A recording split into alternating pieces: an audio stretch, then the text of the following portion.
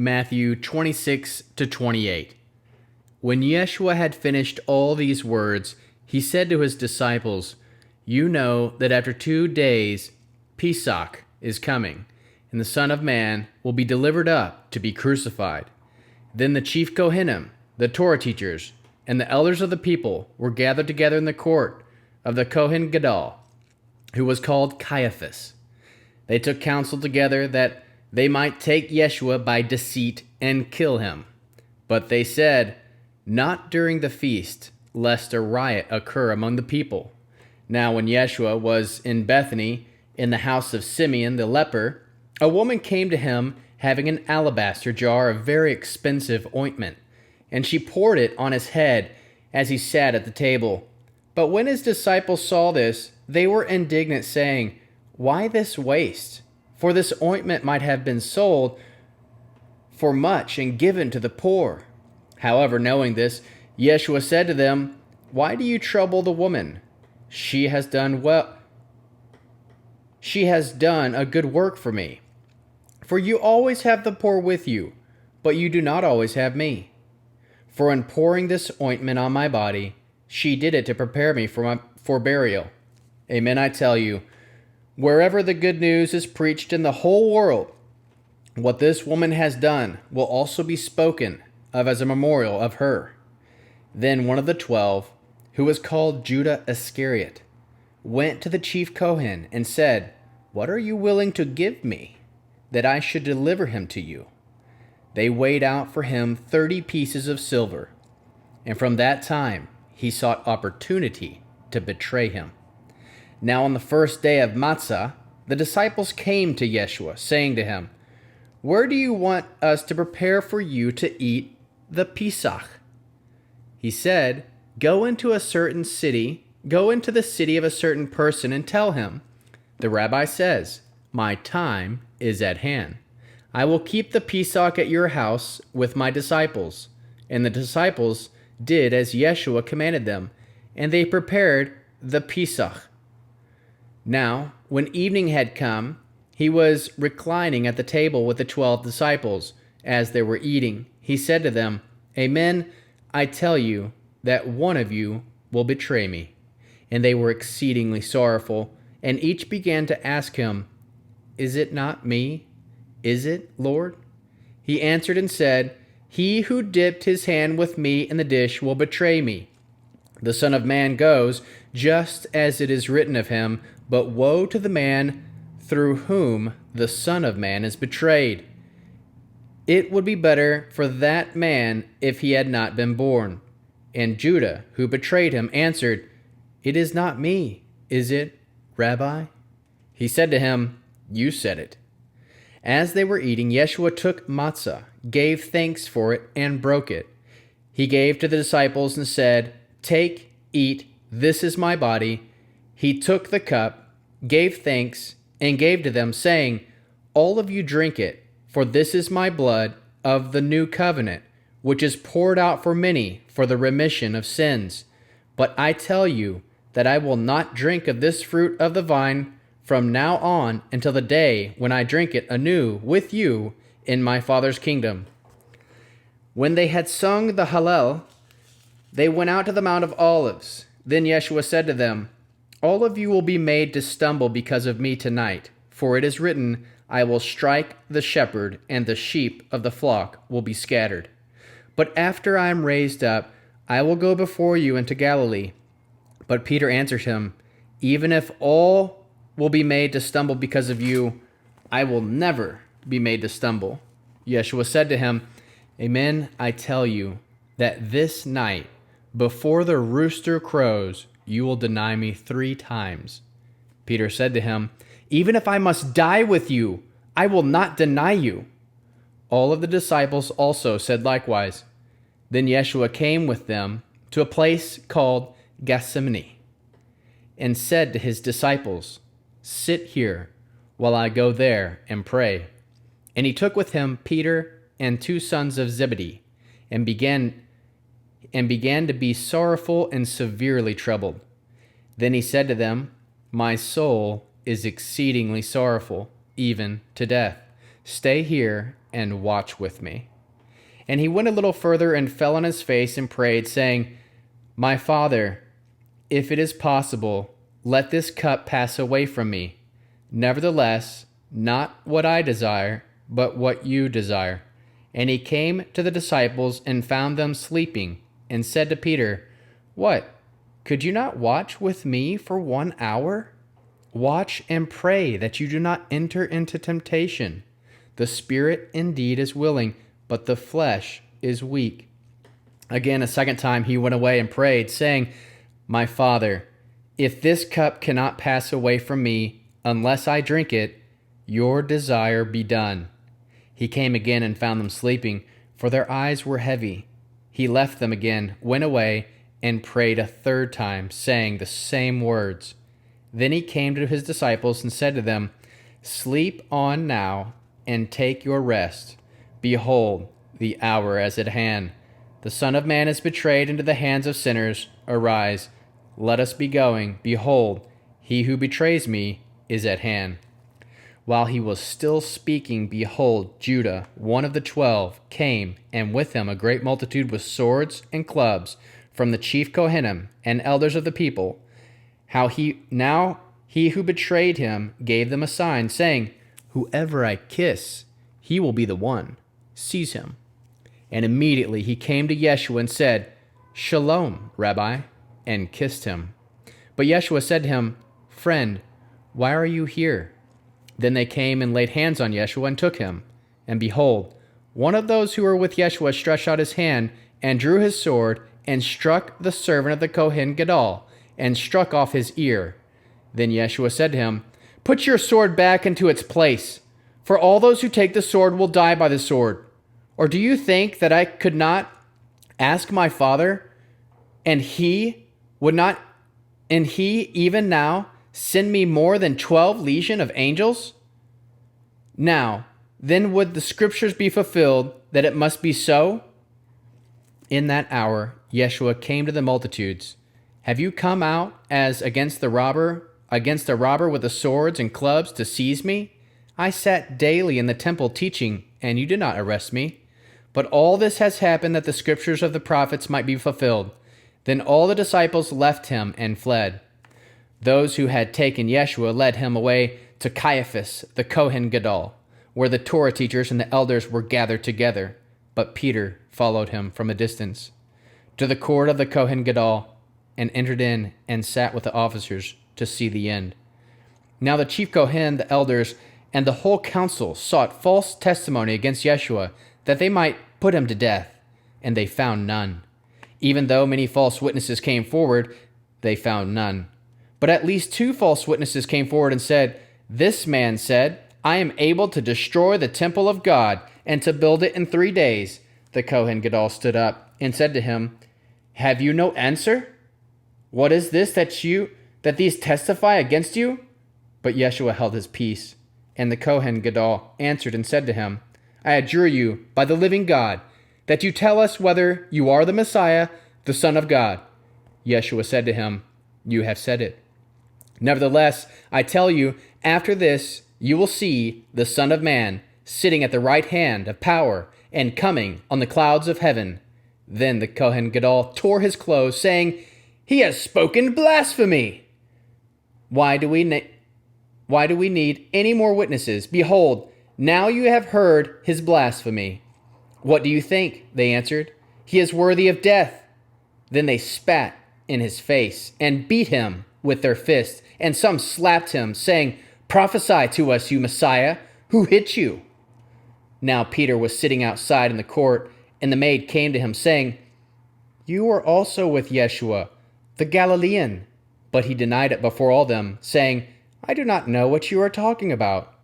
When he had gone into the porch, someone else saw him, and said to those who were there, "This man also was with Yeshua of Nazareth." And again he denied it with an oath, "I do not know the man." After a little while, those who stood by came and said to Peter, "Surely you are also one of them, for your speech makes you known." Then he began to curse and to swear, "I do not know the man." Immediately the rooster crowed, and Peter remembered the word which Yeshua had said to him, Before the rooster crows, you will deny me 3 times. Then he went away and wept bitterly. Now when the morning had come, all the chief Kohanim and the elders of the people took counsel against Yeshua to put him to death. And they bound him, led him away, and delivered him up to Pontius Pilate, the governor. Then Judah, who betrayed him, when he saw that Yeshua was condemned, felt remorse, and brought back the 30 pieces of silver to the chief Kohanim and elders, saying, I have sinned, and that I have betrayed innocent blood. But they said, What is that to us? You see to it. Now he threw down the pieces of silver in the sanctuary and departed. He went away and hanged himself. But the chief Kohanim took the pieces of silver and said, It is not lawful to put them into the treasury, since it is the price of blood. So they took counsel and bought a potter's field with them to bury strangers in it. Therefore that field was called the field of blood to this day.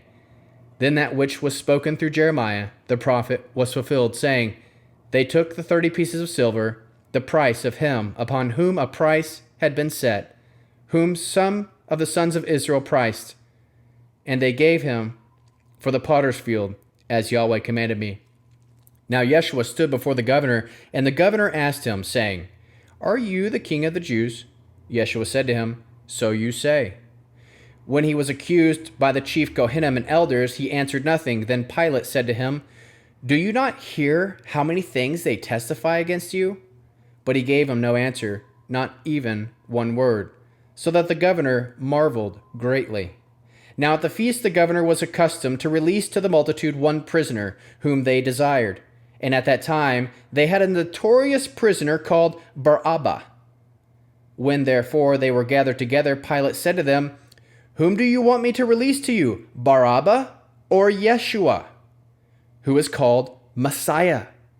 For he knew that because of the envy that had delivered him up, while he was sitting on the judgment seat, his wife sent to him, saying, Have nothing to do with that righteous man, for I have suffered many things today in a dream because of him.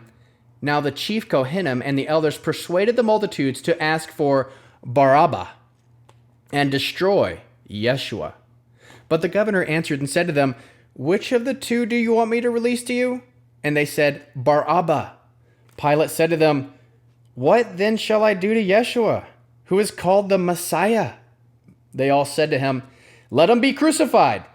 But the governor said, Why? What evil has he done? But they cried out exceedingly, saying, Let him be crucified. So when Pilate saw that nothing was being gained, but rather that a disturbance was starting, he took water, washed his hands before the multitude, saying, I am innocent of the blood of this righteous person. You see to it. And all the people answered, May his blood be on us and on our children. Then he released them Barabbas, but Yeshua he flogged and delivered to be crucified. Then the governor's soldiers took Yeshua into the praetorium and gathered the whole garrison together against him, and they stripped him and put a scarlet robe on him. They braided a crown of thorns and put it on his head, and a reed on his right hand. And they kneeled before him and mocked him, saying, Hail, King of the Jews! They spat on him and took the reed and struck him on the head. And when they had mocked him, they took the robe off him and put his clothes on him and led him away to crucify him. As they came out, they found a man of Cyrene, Simon by name, and they compelled him to go with them, that he might carry his cross. When they came to a place called Golgotha, that is to say, the place of the skull, they gave him sour wine to drink mixed with gall. When he had tasted it, he would not drink. When they had crucified him, they divided his clothing amongst them, casting lots, and they sat and watched him there. They set up overhead their accusation against him written, This is Yeshua, the King of the Jews. Then there were 2 robbers crucified with him, one on his right hand and one on his left. Those who passed by blasphemed him, wagging their heads, and saying, You who destroyed the temple, and built it in 3 days. Save yourself. If you are the Son of God, come down from the cross." Likewise, the chief Kohanim, also mocking, with the Torah teachers, the Pharisees, and the elders, said, "He saved others, but he cannot save himself. If he is the king of Israel, let him come down from the cross now, and we will believe in him. He trusts in God. Let God deliver him now, if he wants him. For he said, 'I am the Son of God.'" The robbers also were crucified with him, cast on him, and some reproach. Now from the 6th hour there was darkness over all the land until the 9th hour. About the 9th hour Yeshua cried with a loud voice, saying, "Eli, Eli, lima sabachthani?" That is, my God, why have you forsaken me?" Some of them who stood there, when they heard it, said, "This man is calling Elijah." Immediately one of them ran and took a sponge and filled it with vinegar and put it on a reed and gave him a drink. The rest said, "Let him be. Let us see whether Elijah comes to save him." Yeshua cried again with a loud voice and yielded up his spirit. Behold, the parokhet of the temple was torn in two from the top to the bottom, and the earth quaked, and the rocks were split. The tombs were opened, and many bodies of the holy ones had fallen asleep were raised. And coming out of the tombs after his resurrection, they entered into the holy city and appeared to many. Now the centurion and those who were with him watching Yeshua, when they saw the earthquake and the things that were done, feared exceedingly, saying, "Truly, this was the Son of God." Many women were there watching from afar, who had followed Yeshua from Galilee, serving him.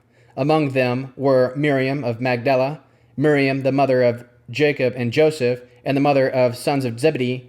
When evening had come, a rich man from Arimathea, named Joseph, came, who himself had also become a disciple of Yeshua. This man went to Pilate and asked for the body of Yeshua. Then Pilate commanded the body to be given up. Joseph took the body and wrapped it in a clean linen cloth and laid it in a new open tomb, which he had cut out from the rock. And he rolled a great stone against the door of the tomb and departed. Miriam of Magdala was there, and the other Miriam sitting opposite the tomb. Now on the next day, which was the day after the preparation day, the chief Kohanim and the Pharisees were gathered together to Pilate, saying, "Sir, we remember what that deceiver said while he was still alive. After 3 days I will rise again. Command, therefore, that the tomb be made secure until the 3rd day, lest perhaps his disciples come at the night and steal him away, and tell the people he has risen from the dead, and the last deception be worse than the first." Pilate said to them, "You have a guard. Go, make it as secure as you can." So they went with the guard and made the tomb secure, sealing the stone. Now after Shabbat, as it began to dawn on the 1st day of the week, Miriam of Magdala and the other Miriam came to see the tomb. And behold, there was a great earthquake, for an angel of the Lord descended from heaven and came and rolled away the stone from the door and sat on it. His appearance was like lightning, and his clothing white as snow. For fear of him, the guards shook and became like dead men. But the angel answered and said to the woman, "Do not be afraid, for I know that you seek Yeshua, who has been crucified. He is not here, for he has risen, just like he said. Come, see the place where the Lord was laying. Go quickly and tell his disciples, he has risen from the dead. And behold, he goes before you into Galilee. There you will see him. Behold, I have told you." They departed quickly from the tomb with fear and great joy, and ran to bring his disciples word. As they went to tell his disciples, behold, Yeshua met them, saying, "Shalom." They came and took hold of his feet and worshipped him. Then Yeshua said to them, "Do not be afraid. Go tell my brothers that they should go into Galilee, and there they will see me." Now while they were going, behold, some of the guards came into the city and told the chief Kohanim all the things that had happened. When they were assembled with the elders and had taken counsel, they gave a large amount of silver to the soldiers, saying, Say that his disciples came by night and stole him away while we slept. If this comes to the governor's ears, we will persuade him and make you free of worry." So they took the money and did as they were told, and this saying was spread abroad among the Judeans and continue until today. But the 11 disciples went into Galilee to the mountain where Yeshua had sent them. When they saw him, they worshipped him, but some doubted. And Yeshua came to them and spoke to them, saying, "All authority has been given to me in heaven and on earth. Go and make disciples of all nations, immersing them in the name of the Father and the Son and the Ruach HaKodesh, teaching them to observe all things that I commanded you. Behold, I am with you always, even to the end of the age. Amen."